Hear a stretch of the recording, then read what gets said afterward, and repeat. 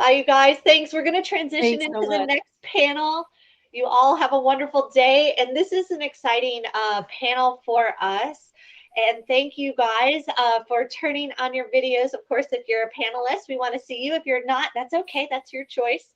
We're glad that you're here. This is a panel that is super exciting. It is intentional structures for aligned success and global impact. Sounds like a lot, but it is at the core of a lot of the heart and soul of these communities and these leaders and the life work of the panelists that we have brought on today. And I'm going to do a quick introduction for just the lineup we have. If you haven't already seen online, we have Melissa Andrews, who's the founder of the Art and Science of Impact. I'm so glad I met Melissa actually at a recent event, another aligned oriented community. Kiley Burris, who's Assistant Director at the Office of Innovation and New Ventures at Wichita State University and the Ignitor program. Very excited. Kiley's actually one of our first customers using our product, which is very exciting. Thank you for joining us. And Jaclynn Hudson, Community Success Manager and Change Agent. I love that fellowship. Black Girl Ventures. Jaclynn, welcome. Thank you so much for joining us. This is someone that I connected with on LinkedIn. Gosh, it's been the last quarter or so. And you just know when you've, like through articles and posts, when you've got somebody who's like of the same brain. So we're excited to have you today. Mona DeFrawi of Radivision. Okay. Radivision. It's so great to have you here. And I'm glad we were able to really make this work. You have so much going on, but the next gen Netflix for the startup world. This is very exciting to hear about what you're working on. You were very early on here when I came to Silicon Valley from Bellevue, Washington, which is a suburb outside of Seattle. You were one of the first people that I was connected to, and I appreciated you even taking the time to talk to me. So this is exciting to continue that with you today. And Nilima, founder of the Female Founders Lab, and she's done so much. All of us have had a lot of shared experiences here, and we are excited. She's part of a Dreamers and Doers community, which I'm also a member of. So I am thrilled and excited to have all of you. Let's dive in. First things first, I would love to go through and just share with everybody what your mission is, so what your current program or project is, so we can know what it is that you're working on and what your community, they're all slightly different. So let's kick off and we'll start at the top. Melissa, tell us about the Art of Science and Impact, what your company is and the mission. Well, what we do is support typically nonprofits, social enterprises, startups, any group of people who are trying to make an impact, or they're funding a group of people that want to make an impact. And what we do is we bring robust measurement to things that are typically hard to measure. So we tend working with visionary people who want to see the world differently.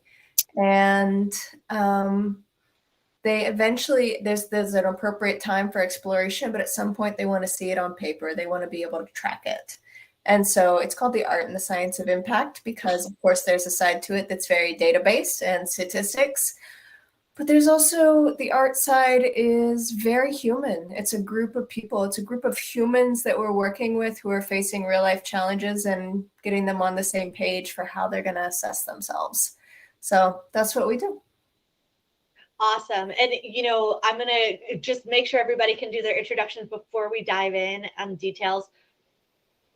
This is definitely Kiley, having to do with community impact. That really is a great segue to you and your Ignitor program at Wichita State University. Hello, everyone. Thanks for having me. So I work at Wichita State. We're in the middle of the United States. I run a program called Ignitor. It's an idea accelerator. So we have a bunch of different accelerators around here, and we realized that there was a real need for the ideation phase. So someone that maybe you've had an idea for 2 years, 3 years, and it's like, okay, I don't even know where to start to begin. I want to launch something, but I really don't know where to start. So we want to be that starting point and provide that structured support system for community innovators and match them up with people within the community who have also been in that point, and give guidance along the way as well, and to really turn their idea into action and get started creating their business. Amazing. And, you know, these are all different parts of the ecosystem to make these greater global impacts that we're all working towards. So this is exciting to hear from each of you. And Mona, tell us a little bit about what you are doing and set out to do. Yeah, thank you so much for including me and for including me on this panel specifically. So I actually started out in universities 3 decades ago. And even though what Radivision is doing, so Radivision is like television for radical visionaries. And it's not just founders, but it's for, you know, investors, it's for the whole ecosystem. And aside from the fact that there's a media white space around startups, and, you know, there's basically a media brand for everything. We go to Disney for children, we go to Bloomberg for finance, ESPN for sports, but there's nothing really for entrepreneurship. And yet entrepreneurs are the new celebrities. It's the biggest global trend, except it's not a trend, it's the new economy. So there was definitely the media opportunity to create content. But we know the way to really market these days is content marketing. So I built Radivision to really be a content marketing engine for the startup ecosystem. And my intention was to have everything free, or as free as possible, to support startups. So I've been part of 10 to 11 startups. I've lost count over my 3 decades in this industry, and glutton for punishment. Clearly, I've been founder and CEO of the last 4, and I helped build the private market. So I was brought in by VC leaders. I spent 10 years doing IPOs in the 90s, and you know, companies went public in 3 to 5 years. Now it's 10 to 13 years, and in the, you know, the big dip at the end of, you know, during the Great Recession, or right before that, actually, everybody knew that it was coming. They asked me to come out and help fix the IPO crisis. I built the private market. So that started the whole unicorn trend, but it did get things revved back up again. It created exits, and it created liquidity in the industry, and created more wealth than ever for the top 10%, the 1% institutional investors, the next 9% of accredited investors. And so what I'm really here to do, in addition to being a marketing machine, it's also, you know, for the industry, for startups and founders, get the word out. You know, we all struggle with the same issues. We got to get the word out and get customers, get recruits, and get investors. But at the same time, retail investors, who used to be half of the shareholder base of my 4 IPO companies over 10 years in the 90s, that's how, you know, the whole venture industry ran on that model. They have zero participation. And this is a $70 trillion pool of capital. And the SEC has approved legislation and been trying to get retail investors back. So we're also opening up retail investors who are unaccredited or consumer or Main Street investors. So we're helping connect them to the startup ecosystem so that they can also consider putting parts of their 401ks and their IRAs. In addition to crowdfunding, we have, you know, other products that we can build on the crowdfunding legislation scaffolding that are even better, more protective, diversified portfolios, and so on. And I have big ideas for how to help every startup have a portion of their raise for retail investors that, you know, and we can help you build the audience, because for us, we need you. We need your content, right, in order to market your stories. So so that's what I built with Radivision. I've been telling stories of startups for 3 decades. So this is just really an extension of that. And I've twice before brought new sources of funds into the industry. And so I'm very focused and very intentional. I've been at it for 5 years, but we're really just coming out onto the market now. In fact, we launched a show today. So that's what, we slept 3 hours last night. But it's called The New Green. It's in honor of Black History Month. And so we have a fabulous woman who I discovered is the new Oprah for entrepreneurship. And we've been working with her for 2 years, developing a relationship. And we now have a show for her every Wednesday. We're trying the 9:30 a.m. Pacific lunchtime slot in New York, East Coast. And we had a great leader, you know, a great founder today who was a former Gates Foundation founder who works with electromagnetic energy and the body's own vibrations to be, and he has a device like an airport, metal detector. You stand in front of it, and in 1 minute, it can tell you whether you have COVID or not. So it can be in every office building, stadium, Disney World, and we can keep people off planes and outside of, so we can become social again. So these are the stories. We want to tell your stories. These are the stories, and these are the amazing stories. And everybody on this panel is a story ready for you, Mona. Exactly. I mean, this is endless, infinite content for me. So anyway, so thank you all for the honor to support all of you in your work. We really want to, be there for each and every one of you in one way or another. So let's partner. It's a perfect transition to Jaclynn. Black Girl Ventures. Let's share your mission, what you guys are doing. This is a perfect segue because there are so many exciting things happening in all of our unique communities. And the fact that this is something that unifies us, that we can really leverage and pool these resources together and do something huge and never been done before is so exciting. So Jaclynn, tell us about you and your programs right now. Absolutely. Thank you, Alexis. Thank you also for having me on this amazing panel. I'm so excited to be here. So Black Girl Ventures was founded in 2016 by our founder, Shelly Omalade-Bill, in response to the fact that Black and Brown women entrepreneurs were not receiving their fair share, or really barely any share, of venture capital dollars out there coming in at under 1%, where we still sort of are even here 6 years later. So she got together with a bunch of friends, had a pitch competition. I'll abbreviate the story and tell you that we had 16 pitch competitions last year. And we have funded over 350 women between our pitch competition, which remains our signature programming, and our fellowship, where we bring in entrepreneurs and ecosystem builders in different cities across the country so that we can reduce stigma and increase navigational prowess, so where to go to get the support that you need. And once you get there, you know what to do, what documentation you need, et cetera. So we're excited to be going into our third iteration of that. We are many seasons in and getting ready to have a pitch competition in partnership with Meta that will kick us off for this pitch season. We are also introducing a new program this spring called BGV Next Gen. It is to help student visionaries between ages 18 to 24 to see entrepreneurship as not just a hobby, but a way to actually make a living, a way to make money, a way to increase your own personal wealth and decrease the generational wealth gap. So we are so excited to be doing all of those things. And what we find is having community partners like Alexis, and probably like some of you after this call, is what really makes it work. We have to all hold one another up, and believing in this mission and vision is how we're going to get there.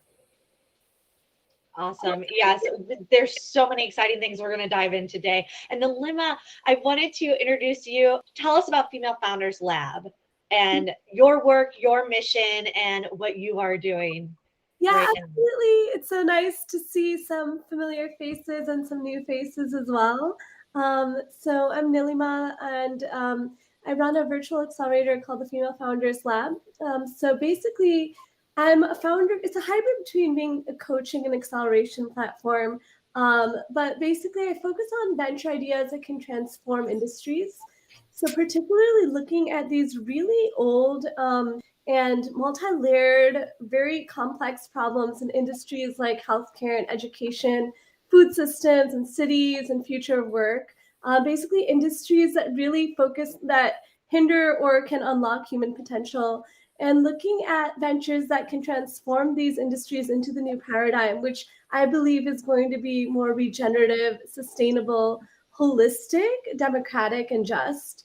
And I believe this because I think that there's like a core decentralization and value distribution happening in all our industries, which is very exciting. And I don't see enough like VC thought leadership on actually funding these complex systems change ventures. So I come from a background of, I've been in the social impact entrepreneurship space for the last 15 years. And so I ran an early stage accelerator that was funded by the Rockefeller Foundation. And then I had a sex education startup in India. which was totally crazy because I was trying to break this 3,000-year-old taboo on gender and sexuality and transform kids' attitudes in the classroom. And my personal journey as a founder, when I was going through this process and really building this out, going through like elite accelerators, was that I felt like I was following my vision and my inner voice, and the tech ecosystem and all of these frameworks and like cookie cutter business models that they were throwing at me. And so being able to discern like, what does this want to be versus like taking the feedback, I felt like it's a difficult journey for purpose-driven founders. So I bring all of that experience like into my programs where I help founders create that identity shift from like creator to CEO and like bring in their pre-seed or seed rounds in a matter of weeks. So like I've had founders raise $400K in 4 weeks, like in my Pitch Lab program. But it's really because like I'm helping them tune into their inner voice, which is what I call goddess leadership. And that's one of your books too. And there's so many shared experiences that make all of the panelists and all of you guys here today so uniquely qualified to talk about this. And one of the reasons I was excited to get you guys on the panel is because you have really, really unique combination of skill sets that create these out of the box solutions, which are needed to create new systems that are not repeating, you know, the systems that got us here today. Like, you know, so rethinking, really revolutionizing what you're doing in your industries. So let's talk about data, because when you are transforming frame shifts and creating these new economic channels and opportunities and systemic roads of success, how is or why is data vital to your success? Because sometimes people separate, numbers from the mission. And Melissa, you might be a really great person to kick off, because that seems like a lot of your work is making sure those align. So maybe you could kick us off on a data answer here. You know, I think I'll let you guys fill in the blanks, but I'll start with why people don't embrace data. And I think what I work in this field is like, we have to like recognize the history we have with data, where it's been, most of us have been in education systems for a long time, where assessment has left some scars. Not all of us, but some of us. We've been in whether nonprofit or social impact roles where we've seen measures that we didn't really care about go up on the scoreboard. And so I think when you look at most people's history, they don't have meaningful relationships with data. And so to expect, of course, could data help us all do our jobs better? Of course. But I think we have to like accept that most people are coming to the data conversation with a lot of baggage. And bringing them in involves trust building. And so like I try to go direct, you skip whatever you need to skip and get to the part that's going to make them feel like the data matters. That's always the first step. What data matters, build the trust around data, and then you can start to bring it in a more systemic way to help all the implementation and fundraising aspects of any organization. But there's a lot of potential with data, but I don't want to undersell the baggage that comes with data for most people. So yeah. I could go on and on about how good it is. And I think that one of the things I wanted to say is like, how do I measure the success of my organization, my work? And I have one metric. Do they use it afterwards? Because that's what the failing of most data processes, impact measurement, is that it's a hoop that people jump through. It's some sense of accomplishment, but they maybe just go back to it once a year at a board summit. It's not real. So that's my goal when I work with my folks, is they use it after I leave.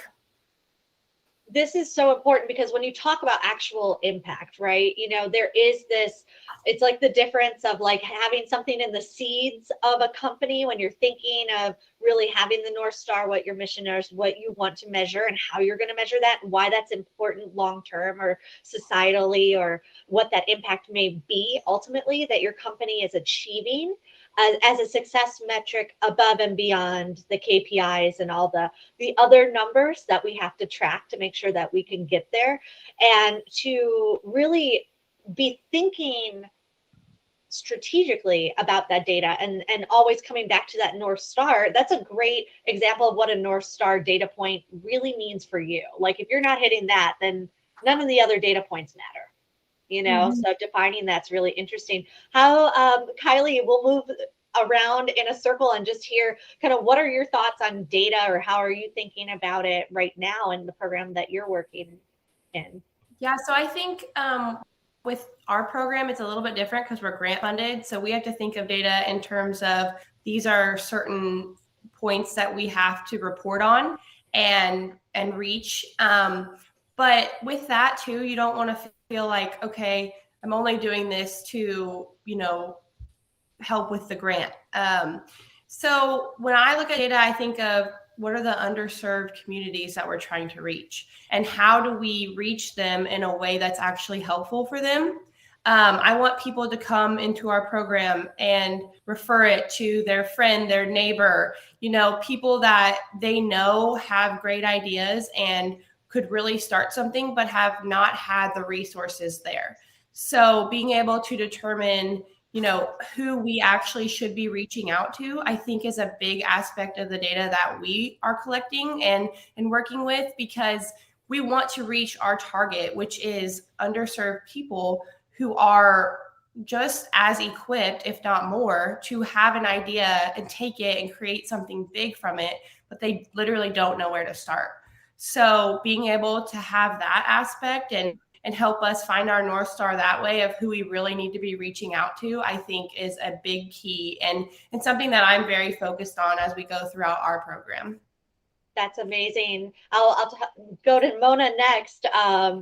Data, I'm sure you have so many levels of data.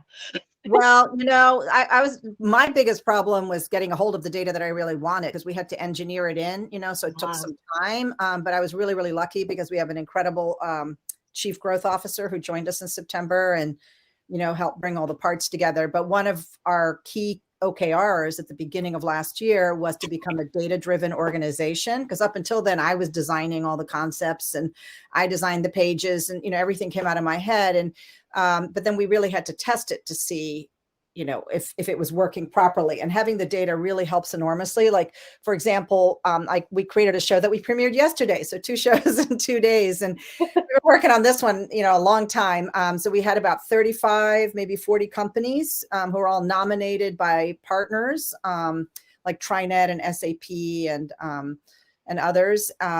And they're doing their pitches. And this is the way I really want to get companies funded online, because the whole system's broken. And there's this $70 trillion sitting around. Let's bring it in. Let's get these companies funded. Let's change the world.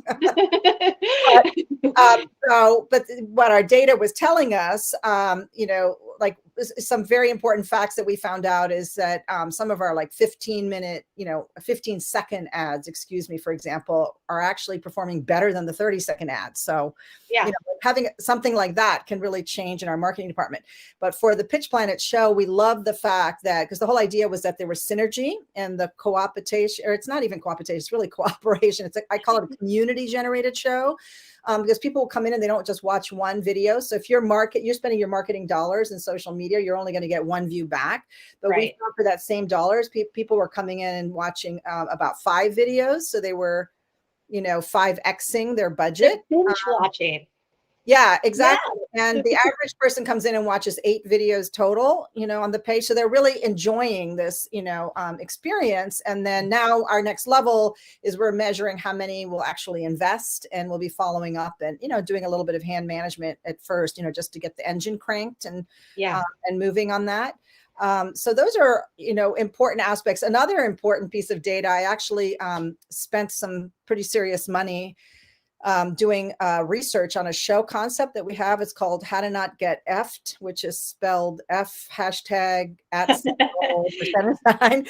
And it's really about how to succeed, but it's so easy to step into a million potholes as a founder. You know, it's a very complex, opaque, fragmented industry with, you know, and if you're diverse, you know, female, whatever, you know, forget it. You're not part of the 98%, you know, that gets the funding. So we did testing on this show, and we were amazed to get results that showed us they predicted the Binge Labs research, which was an independent third-party research firm for television, movies, and streaming content. And they predicted based on social media results and lookalike audiences. So kind of like what Cambridge Analytics did to the last election or the prior election, but they reverse engineered it to tell us we would deliver a 5 million plus audience plus 700,000 new subscribers to Netflix.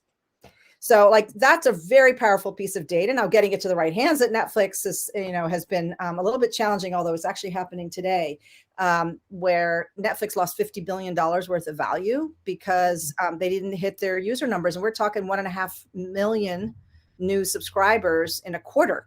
So for us to come in and deliver 700,000 or 50% more, that could we'll take that call.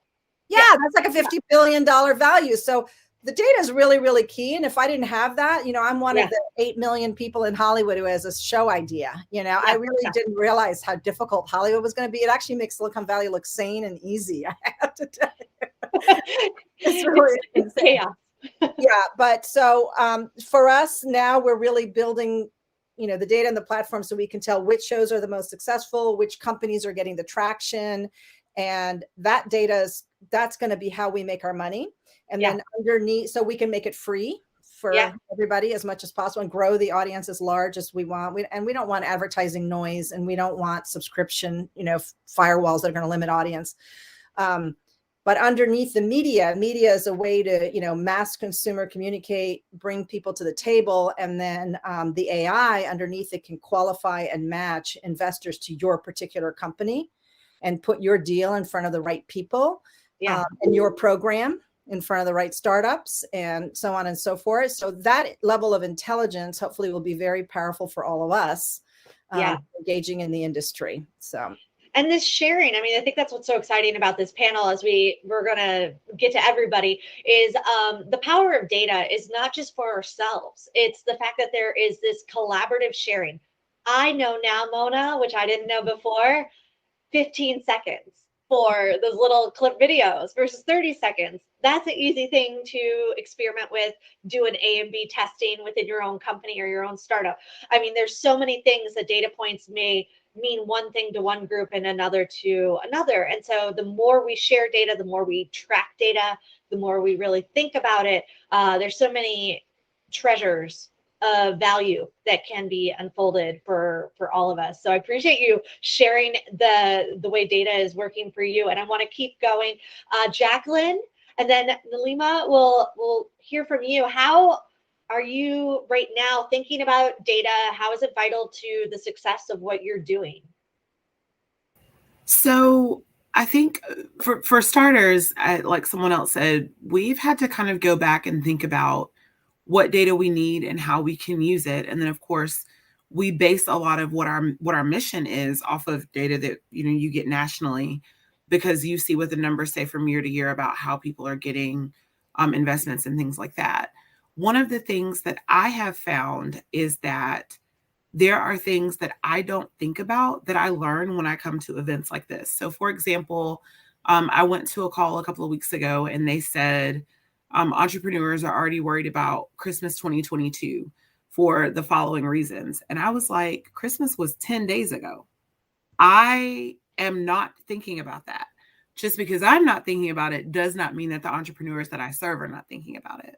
So I go back to my team and I say, look, there's this data that says that 43% of people who are in retail or e-commerce are thinking about supply chain. They're thinking about inflation. They're thinking about these things. How can we help them to be ready? Because ultimately Christmas starts, I don't know, October 1st, June, if you're Hobby Lobby, right? So it's important to me to keep my finger on the pulse of what's going on, not just in my bubble with building community and trying to build ecosystems, but also what's going on in the bubbles of the people who exist in those ecosystems? What do they need to get to the next level?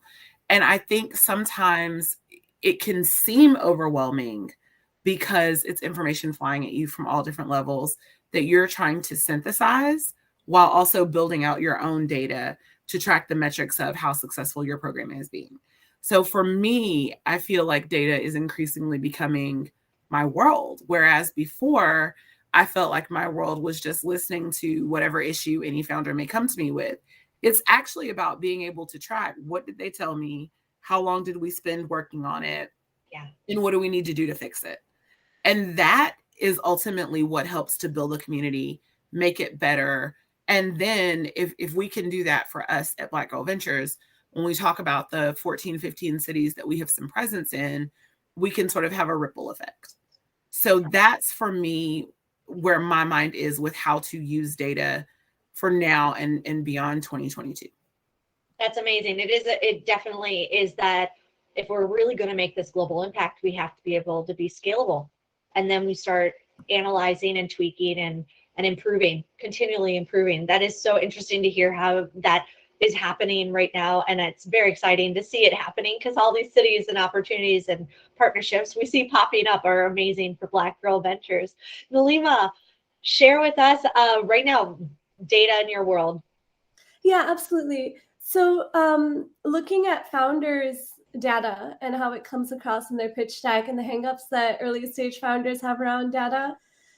So I think that for early stage founders, like figuring out like what actually needs to be captured is like, it's annoying, right? Because it's like you're focused on so many different things at the same time. So I'd say like capture the couple of metrics that really demonstrate product market fit.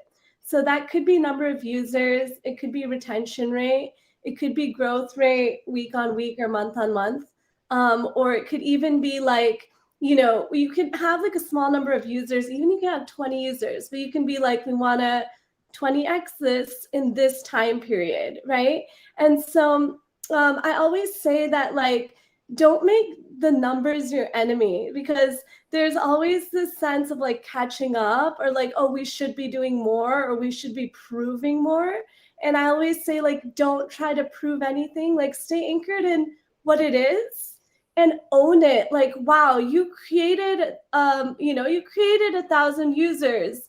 Like, that's amazing. Now tell me about that. Tell me the richness of how much they love your product, and tell me all the numbers that'll help give me a deeper insight into like how well this is working. And so, yeah, it's like, don't feel self-conscious about the numbers, but rather own like what you've created and paint it in that way.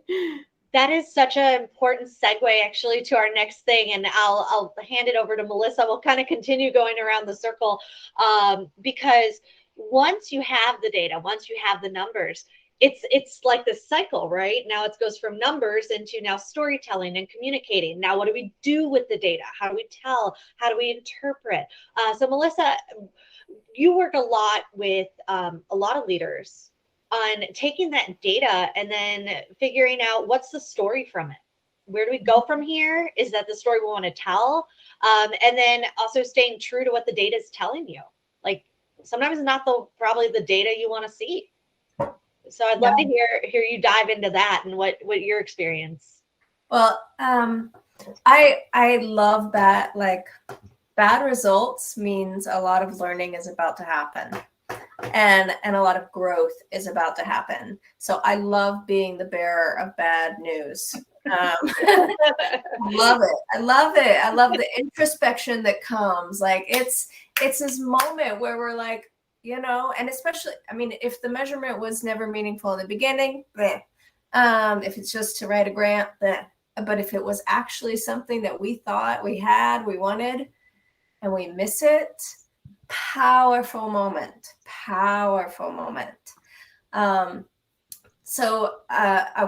Basically embracing bad news is a blessing. The thing I will say is like, you have to, again, around this concept of what's usable. So when you're picking data to choose, you really want to pick what's usable.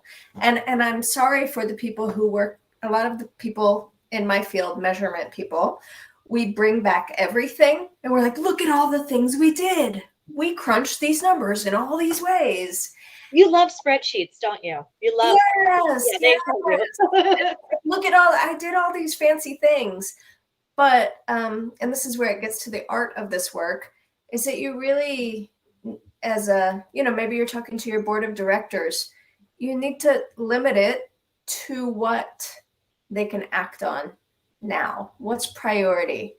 And again, this is going to lead to them feeling like data is useful, right? But bringing back everything, while it maybe makes me look good, doesn't forward the process. So I think being selective with what you bring. Can they make action on this data that I'm giving them? If not, you can just attach it to the email and so I think there's a lot of storytelling is, picking your audience, right? You're not going to tell your funder the same data as your board of directors. And that's not manipulative. That's not cherry picking. You're giving people what they need to know from your data, and you don't give them more. I mean, you can attach it in an email, but you don't need to focus on everything. So shining the light on the data that matters is, I think, the biggest thing that I have to say about storytelling. That's such an important thing, and it may mean very different things depending on your business, your industry, but very applicable across the board. And Kiley, let's talk about that for how you measure and report success and pick and choose or whatever you have to do running the Ignitor program. Yeah, so actually determining that data was a big part of how we even came up with Ignitor, because we had two previous programs. One was solely determined for a grant as well, but they were based on customer validation. And then the other one was for companies that had 1 to 3 years of their business up and running. And based on data that we had, got from those, it was, well, there's actually a need for this founding aspect, the ideation stage. So that helped us even create this program. We saw a need in our community, and that helped us go from there. And I would say, like, what we're collecting now through our ideation accelerator is just that data that we're actually helping the people that we're setting out to help, and reaching them through marketing and aspects that are, because I mean, we are a university, but our program is open to all the community. So getting out of our own heads and thinking, I'm not just trying to get students, I'm not just trying to get people who are related to WSU involved as mentors or participants, getting out in our actual community where we really want to grow that startup ecosystem is a big part of, the success of our program and the goals that we have throughout our grant as well. So being able to use that data and show we are reaching the individuals that we set out to reach, here's how we're doing it. And, here's the growth that we're seeing from that, and outcomes from the program as well, I think are the main portions of how we're going to use that. It's exciting to see that shift happen, because it's always like they're often bubbles. And so the fact that you're taking this off the campus and out of the university bubble and into now the community, it's like you're breaking down the barriers, you're making this more accessible. And that's such an exciting thing to see data drove you guys there. That's really, really exciting. And Jaclynn, in terms of how you're measuring and reporting, any thoughts or to add to that? I think it's a complicated thing when we're measuring success, honestly, depending on what program we have, simply because some of our founders are looking to go with venture capital support. Some of them are not. For the fellowship program, I looked at, one of my metrics was just how many people completed it. Yeah. So I think it's really program dependent for us, and ever building and changing as we either narrow or broaden our focus depending on what we're doing. I love that. Yeah, it's like a living document. It's always evolving and changing, and that's really important to be adapting and recognizing that. Mona and Nila, any thoughts on this one before we dive into some other exciting topics? Can you remind me what the question was? Yeah. So in terms of reporting your data or your founders reporting their data, what are they using right now to measure success? What are you seeing for your community data is most being used for and to report success? Yeah. So no, I think that I answered this kind of before, Okay. but the only thing I'd add to that is also that you capture people's hearts with qualitative data and you capture their minds with quantitative data. And so both, it's actually very powerful to use them together. And where there may be like, a little bit of like wobbliness in one, you can like fill it in with the other. So just playing with both of those. That's awesome. Yeah, definitely. It's that connecting the two, making it a story and meaning out of it that's impactful, that resonates with people and connects, because that's ultimately how we're going to create the change that we want to see. Can I add something? Please jump in. Absolutely. I just want to throw out there that a lot of times the metrics we're asked to deliver on are around participation, how many people exited, very countable outcomes. And they are what we're working towards. We want more capital to go to these people. We want, that's the end goal. I think there's a lot of power in the intermediate goals. And so one of the things I do with everyone, I sit down with people and just brainstorm is what are the intermediate goals that we're trying to change? So when I'm working with an organization trying to change opportunity for disadvantaged populations, yes, there's the final outcome of did they get the opportunity? But in the middle, what we might be trying to shift are expectations, self-efficacy, feelings of hope, social capital. These are all measurable things. And you might find that, I'm obviously thinking about Jaclynn's work, but, if you're trying to increase social capital so that, they are maybe more successful this time, but long term, you're developing them as people to navigate this environment. So those intermediate goals can be really powerful. And I do a lot of 1 hour meetings with people to help brainstorm those. So just call me if you need. Love that. Intangibles, because as many of you have said before, there's the things that we're measuring, but then there's all these other great potential data points that we can creatively start tracking that are more intangible and discovering. These are the exciting pockets of discovery of how we can create other sorts of long-term change. What are some of the intangibles you've mentioned a few. Are there intangibles right now that you're trying to expand to your data set with the work that you're doing right now? Oh, and Melissa or Michelle, I saw a hand go up too. Michelle, you want to hop in on that one? Sorry about that, and then we'll go. Oops, I think we got to mute. We can't hear you. Sorry. Hi.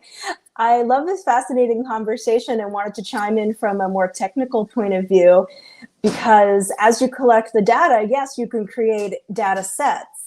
And Mona, you kind of touched on this a bit, how, you can use this data to fuel more technical products. And I just wanted to make sure that everyone realizes that all apps, web apps, mobile apps are run on data. Yes, I do. So be sure to, I don't know if this is commonly known, but it is in the technical world, right? I just want to know, I'm just curious, do people know that apps are run on data? Because sometimes when I'm, pitching my investors, I think, do they think that our product is human curated completely, or do they know that we've scaled it into a data set that powers our discovery engine? So I'm just curious about what you all think about that. It's just I guess it's looking at data from a technical point of view. And from the collection point of view, I will say that we've always had our interns do our data analytics in our data collection. So that's my Interesting. My 2 cents. Mona, we'll toss that over to you before we go into the next part. Just hear what you have to say. I see, you know, the venture world and the ecosystem now is so data driven that, you know, coming in as a raw startup, you don't have your data collected yet. It's very difficult to function. Everybody's always looking for traction points and where are you? So you grab what you have and then you keep growing. So I, you know, I just think it's very heavily that way. So we have to, and it's wise to be that way, right? Because sometimes we think, oh, this will be a really great show, and the data is showing something else completely. So, you know, the truth is always in the data. And it's the feedback loop. And that's that continuous improvement, which actually brings us to what I really was excited to hear about is what is working and not working that you could share, that we could all learn from your organizations, you know, things that might be falling short, or maybe there was a change. Did the pandemic change a data result for you in your company or your industry? Because these shifts are pretty big that are happening, and I'd love to hear how that's reflecting in the data with all of your projects, and if you're seeing any changes that are interesting or of note. I'll just quickly reflect with all my clients. I have noticed a surge of interest in collecting data around diversity issues. There's a lot of a lot of waking up around that issue. And so there's a lot of companies trying to cover tracks, trying to catch up on their DEI metrics. And it's emotionally wrought for some of them. And it's complicated. And we're seeing in a lot of companies, a lot of angst around political polarization. Yeah. I mean, this is so real, and why, you know, we have to be very conscious about what data means at a moment in time, and emotionally, psychologically, you know, responsibly what we do with it. Love to hear any other observations that you're seeing with the data in your community. I think mine is twofold. One, because as we've talked about, I get to do the partnerships aspect of it, and then I get to do the founders aspect of it too. So I think for me on the partners end, you have a lot more people saying, what can I do? I see this inequity here. How can I work with you to fix it? And then on the founder end of it, you have a lot of knowing that there's more out there, but not really being sure how to get it. And I think prior to, you know, a couple of years ago, there might have been the thought that they're just like, I've gone as far as I can go. And now I think partially because of the pandemic, partially because of the DE&I efforts that large companies have put out, people are seeing and knowing more. But the pandemic turning the world flat is the other thing that made that so easy to sort of happen and work through and make change. And I think now, as much as we look to and we say, you know, nearing the end of the pandemic, are we? So it's sort of always trying to build in, are we going in person? Are we going virtual? Do we know? And so I think those things are playing huge parts in the data that's being collected, and the way people feel about things is not the same as what it would have been, you know, February 2nd, 2020. That's amazing. I mean, this is really getting to the meaning and the real life aspect of what's behind what we're seeing and the changes we're seeing, because we are in such a pivotal moment in history on so many levels. So it's fascinating to hear how it's impacting in all these various industries. Anybody else like to share kind of how they're seeing data change recently or evolve, whatever the term may be?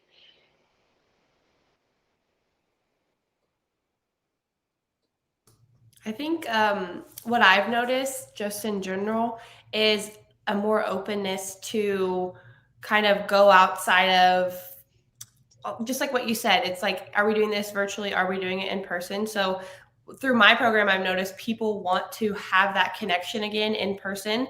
And really, when you get in a group of people, you feed off their ideas.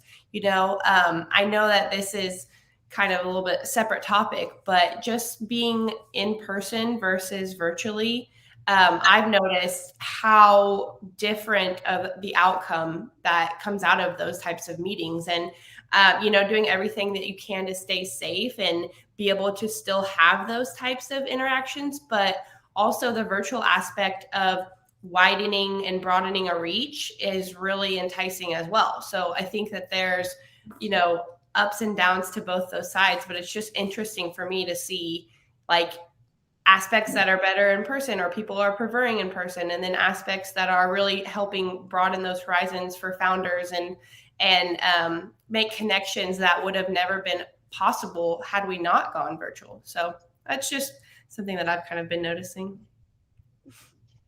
Yeah, absolutely. And Nilima, with the founders and your community, you really built quite a bit during the pandemic. So that's an interesting frame set. Yeah, I mean, I think that I'll talk about the data that I don't think has been captured yet, but with the Great Resignation, literally how many people are now choosing entrepreneurship? We don't know. Like, it could be millions of people all over the world who are just now starting to open into the world of entrepreneurship. And how many of those are actual startup founders that are going to have like a scalable tech-based business? And how many of those are women and underrepresented? And I think that these numbers are explosive. And I think that for a long time, we've kind of been in this space of like, women only get 2% of VC. I feel like in a way, it's like a mental construct as well, like feeling like, oh, we're just a little piece of the pie. But really, I think that there's a lot of female founders, female entrepreneurs, and underrepresented entrepreneurs globally that fit into like a wide spectrum of entrepreneurship. And I find it really interesting to look like, even outside of just traditional VC, like how can we service all of these budding businesses and ventures? Yeah, that's an excellent point. And Mona, you're definitely on that path and wavelength. You saw that coming for a long time, because there's an absolute bigger pond or ocean out there. I started traveling internationally in 14 through 16. So I spent about a quarter of my year abroad, and I was shocked at the level of activity. And it's so much faster, because while we're on 6th generation in Silicon Valley and most of the world is on 1st generation still, it's not going to take them 6 generations. So that's when I started this originally, it was more on the media company side, just to share information, to really bridge back to Silicon Valley. And then it evolved. But the most recent data I've seen is that there's 100 million new businesses started every year. And 90% of all companies seeking venture capital fail to raise. And 90% of all investors can't even get into retail investment. And the public markets, a couple of fun data points. Public markets over the last 18 years have the private markets have outperformed the public markets by 70%. Yeah. So if you're not in the private markets, it doesn't matter, like bull market, 13 years, whatever, you're never going to catch up to those people who have access to the private markets. And again, it's very much a network, and, you can't even, really contact, people for investment. You have to have a warm intro. I mean, like, how antiquated is that? But I understand the whole selection criteria, and everybody's inboxes are overwhelmed. From the numbers I've heard on stage, it's about 3 times the volume for the same number of deals just over the last 10 years. And I've been building companies for 3 decades. It's, in my opinion, way harder to start a company now. Everybody keeps saying, it's easier, it's cheaper. There's so much more competition for, a smaller number of deals. Everything is very, very large, and later stage loaded. There's more than enough money in the later stage when everything is de-risked and people can get in and get out faster. And the early stage is much more difficult. So the system, as far as I'm concerned, is broken. And that's why we have to do something pretty dramatic. And luckily, I have some ideas that hopefully we can get out there. And it would be much better to bring in these pools of capital to support all of your programs. That's right. And that's a perfect segue to kind of why we wanted to have this panel and bring all of these pieces of the puzzle, because it is broken. We know that, but we all have components to play. Data, which of course can equal funding, grant funding, money. It also can equal opening doors for new opportunities, whether it's strategic partnerships, other alternative sources of funding, creating new funding, tapping into more impact funding, which you compare venture funding, we're talking a couple $100 million versus $800 million in impact and global investing connected with the SDG 2030 goals. So I think what's really exciting is we're all starting to bring data in as an asset, right? Something we already have if we take the time to really thoughtfully craft and create, which all of you are doing. And I'm super excited to hear how you're doing it, what the changes are, and hopefully here with panels like this and with WeTransact, we'll start to be able to connect all these data sets and points to really maximize the opportunities for all of us and find these other flows. It doesn't have to all come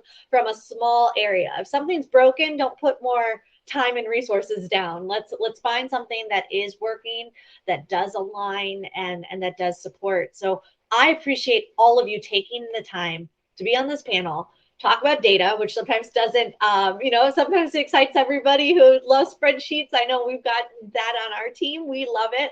I'm an econ nerd at heart as well, but also communicating what that means for impact and the missions, because none of the numbers mean anything. It's very philosophical when you look at it. It's like, in the end, what are we all doing this for? And it's, it ends up being a very philosophical life question you might be having for yourself. And everyone in the world is having these questions. And to see how you guys are thinking about it and just your logic using data and bringing that into a meaningful impact, I want to thank you so much. We will connect everyone with you after this event. Make sure that as much manufacturing of serendipity can happen for all these amazing ventures, and excited to hear about the cross-pollination that can come out from this. So thank you guys so much for being here. Share any other upcoming events, links. Mona, some of your shows, pop in those links. Kiley, your program. Jaclynn, your programs. Anything that you would like that is available that might be of interest to whether it's founders, allies of the founders, or investors that you're working on, let's share. We'll also make sure we amplify that in our community as well, because we've got to manufacture the serendipity faster. We don't have enough time to do it the slow, archaic way anymore. Thank you guys so much. Good to see everyone. Stay well, be well. And we look forward to seeing you at the next summit as we switch and transition into the next panel. You're welcome to stay. We will have everything recorded as well. I see Sadal is in the room, and David, we can start to turn on some of